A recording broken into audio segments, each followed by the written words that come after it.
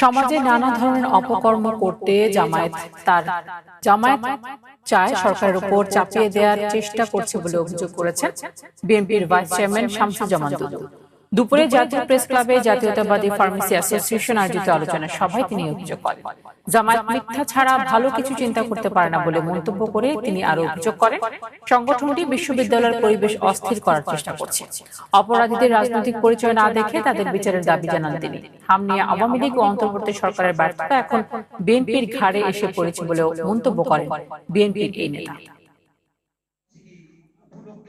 এরা এমন একটি অংশ রাজনীতিতে, মিথ্যা ছাড়া এদের আর কিছু নাই, সেটি হচ্ছে জামাত ইসলামী। যারা জামাত এবং ইসলামকে নিয়ে এক ধরনের ব্যবসা করে।